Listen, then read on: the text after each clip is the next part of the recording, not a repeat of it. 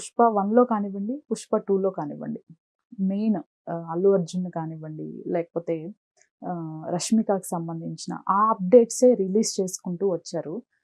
But first time Pushpa 2కి సంబంధించి poster release చేశారు, పుష్ప నీస్ అని. దానికి ఏవో కొన్ని కారణాలు ఉన్నాయి అనేది కొంతమంది వాదన. అలానే పుష్ప 2 సినిమాని పవన్ కళ్యాణ్ గారు అడ్డుకుంటున్నారు అని సోషల్ మీడియాలో జరుగుతున్న ప్రచారం. అసలు ఏంటి వాస్తవాలు ఏంటి మేడం? అంటే ఈ పుష్ప 2 మొదటి నుంచి కాస్త గడ్డు పరిస్థితులను ఎదుర్కొంటుంది పుష్ప 2. ఓకే. ఎందుకంటే పుష్ప అంటే అల్లు అర్జున్ పక్కన ఉన్న కేశవ ఒక మర్డర్ కేసులో ఇరుక్కున్నాడు. అవును. అందువల్ల ఇప్పుడు అతను లేకోకుండా కాంబినేషన్ మరి వేరే వాళ్ళని మార్చడం కుదరదు. మరి అది ఒక కారణం, ఫస్ట్ అడ్డంకి. అది అయిపోయిన తర్వాత కొంచెం హెవీ బడ్జెట్ సినిమా అన్నప్పుడు వీళ్ళు 1కి 10 సార్లు ఆలోచిస్తారు. అంటే ఎంత ఫిల్ము తినేసినా కానీ చాలా ఎక్కువ తీస్తారు, నిడివి ఎక్కువ తీస్తారు. తీసినప్పుడు చాలా మన ఎడిటింగ్లో చాలా కష్టం అవుతుంది. అయినా సరే ఇష్టపడతారు, ఎందుకంటే హెవీ బడ్జెట్ కాబట్టి. అంత బడ్జెట్ పెట్టినప్పుడు ఆ రకంగా డబ్బులు రావాలి అనే ఉద్దేశంతో ఇలాంటి అడ్డంకులన్నీ అధిగమించుకుంటూ చివరికి వచ్చేసరికి ఏమైపోయిందంటే కరెక్ట్గా ఎలక్షన్స్ టైం వచ్చింది. ఈ ఎలక్షన్స్ టైం వచ్చినప్పుడు అల్లు అర్జును ఒక నంద్యాల క్యాండిడేట్కి సపోర్ట్ ఇచ్చాడు. ఇస్తే అది కూడా చాలా నర్మగర్భంగా ఇచ్చాడు. అంత డైరెక్ట్గా వెళ్ళి ఆయన తరఫున ఇప్పుడు పవన్ కళ్యాణ్ తరఫున వాళ్ళ ఫ్యామిలీ వాళ్ళందరూ ఎట్లయితే దిగిపోయి పనిచేశారో అట్లేమీ చేయలా. జస్ట్ ఆ టైంకి హలో చెప్పాడు. అంటే నేనున్నాను ఇతని పక్కన అనేది జస్ట్ ఒక ఇండికేషను. సరే, అది చాలా మందికి నచ్చలేదు. ఎందుకు నచ్చదు అంటే మనం ఎంతో కొంత తెలియకుండా ఒక హీరో వర్షిప్లో, ఒక బానిసత్వంలో బతకటానికి అలవాటు పడతాం మనం. అది మన డ్రాబ్యాక్ అనుకోవచ్చు. ఇవాళ ఇంత సినిమాలు పోస్టర్లకి పూలదండలు కట్టేవాళ్ళు, ప్రతి సినిమా రిలీజ్ అయినప్పుడు ఒకరిద్దరన్నా చనిపోయిన ఘటనలు, అభిమానులు చనిపోతున్న ఘటనలు మనం చూస్తూ ఉన్నాం. సినిమా రిలీజ్ అవుతుంది అంటేనే ఆ రోజు పొద్దున్నే 5 గంటల షోని చూడాలి అనే ఒక అభిమానం కావచ్చు. పైగా మా అభిమాన హీరో సినిమా ఆడాలి అని మాట్లాడటం కావచ్చు.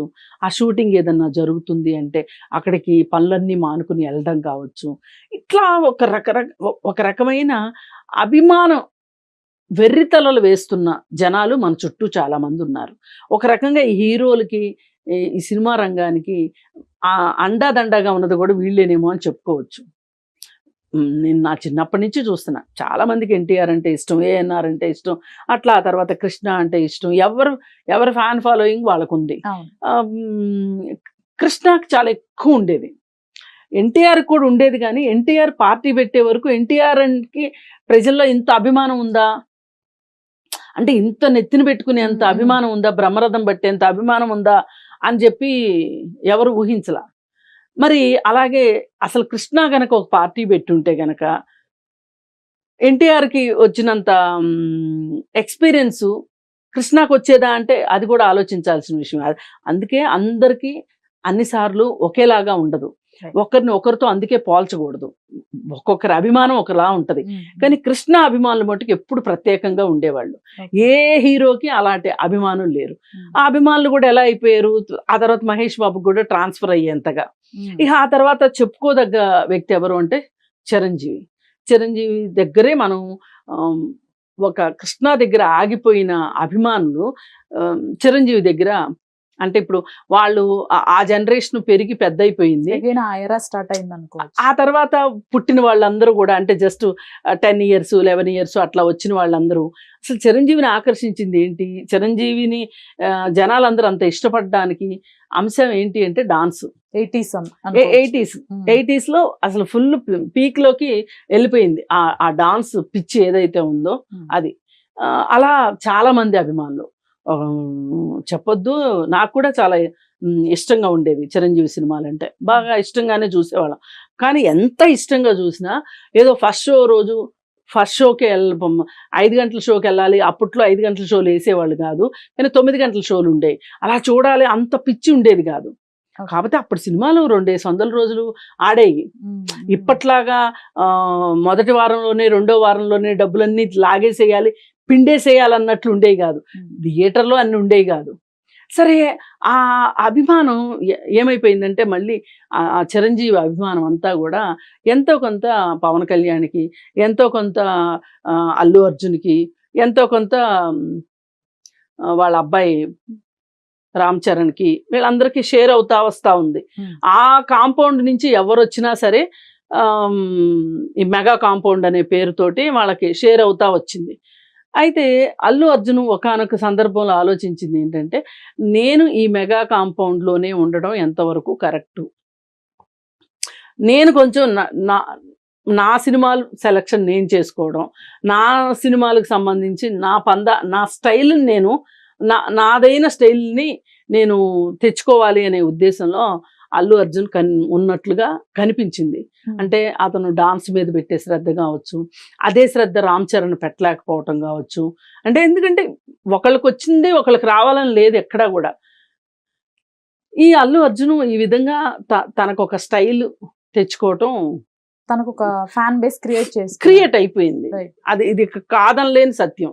ఇప్పుడు ఆ ఫ్యాన్ బేస్ని ఎవరైనా మేము లాగేసుకుంటాము, మేము అసలు ఈ సినిమాలు ఆడనేము, లాగేసుకుంటాం, పీకేసుకుంటాం అంటే అయ్యేది కాదు. అది అతని బేస్ అతనికి వచ్చేసింది. పైగా అతను ప్రతి సినిమాకి ఒక సినిమాలాగా ఇంకొక సినిమా లేకుండా వైవిధ్యభరితమైన పాత్రలు తీసుకొని చేస్తూ ఉన్నాడు. ఇప్పుడు దానిలో భాగంగానే మనము అనుష్క ఉన్న సినిమా ఒకటి ఉంటుంది, రాణి రుద్రమలో అతను చేసిన పాత్ర గోన గన్నారెడ్డి పాత్ర నా భవిష్యత్ నా భవిష్యత్తు ఇంకొకరెవ్వరూ చేయలేరు. ఆహార్యం కావచ్చు, డైలాగ్ డెలివరీ కావచ్చు, ఏదన్నా కానీ అసలు ఎంత సినిమా మొత్తంలో ఎవరన్నా పవర్ఫుల్ అంటే నెగిటివ్ గ్లామర్ తోటి పాజిటివ్ ఇమేజ్ ఎవరిదన్నా ఉంది అంటే అల్లు అర్జున్ది. రానా బాగా చేశారు, అనుష్క అసలు అనుష్క గురించి చెప్పక్కర్లేదు. వీళ్ళు ముగ్గురే ఒక రకంగా సినిమా మొత్తం అలా ఉంది కదా. మరి అలా ప్రతి సినిమాకి అతను మెరుగుపరుచుకుంటూ, మరి ఫస్ట్ రాఘవేంద్రరావు గారు తీసిన సినిమా ఏంటది,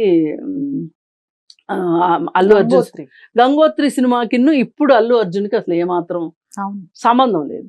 అలా చేసుకున్న తర్వాత అతను ఆ మెగా కాంపౌండ్లోంచి బయటపడి వాళ్ళు కూడా అల్లు స్టూడియోస్ అని చెప్పి స్టూడియోస్ ఒకటి కట్టుకోవటము, వాళ్ళ బ్యానర్లో చేసుకోవటము, లేదు అనుకుంటే బయట బ్యానర్లలో చేయటము, ఏదైనా అతను అల్లు ఆర్ట్స్ అని చెప్పి స్టార్ట్ చేసుకున్నాడు. వాళ్ళ పని వాళ్ళు చేసుకుంటున్నారు. అలాంటప్పుడు పవన్ కళ్యాణ్కి వ్యతిరేకంగా అతను ఉన్నాడు అని ఆ వార్తని స్ప్రెడ్ చేయడం కూడా కరెక్ట్ కాదు. ఇది కొంతమంది కావాలని చేసిన నెగటివ్ సిచ్యువేషన్స్ని క్రియేట్ చేశారు. అట్లా దాన్ని మెగా కాంపౌండ్ కావచ్చు, మెగా ఫ్యామిలీ మనుషులు కావచ్చు, దాన్ని బాగా మోసారు, దాన్ని కొనసాగించారు.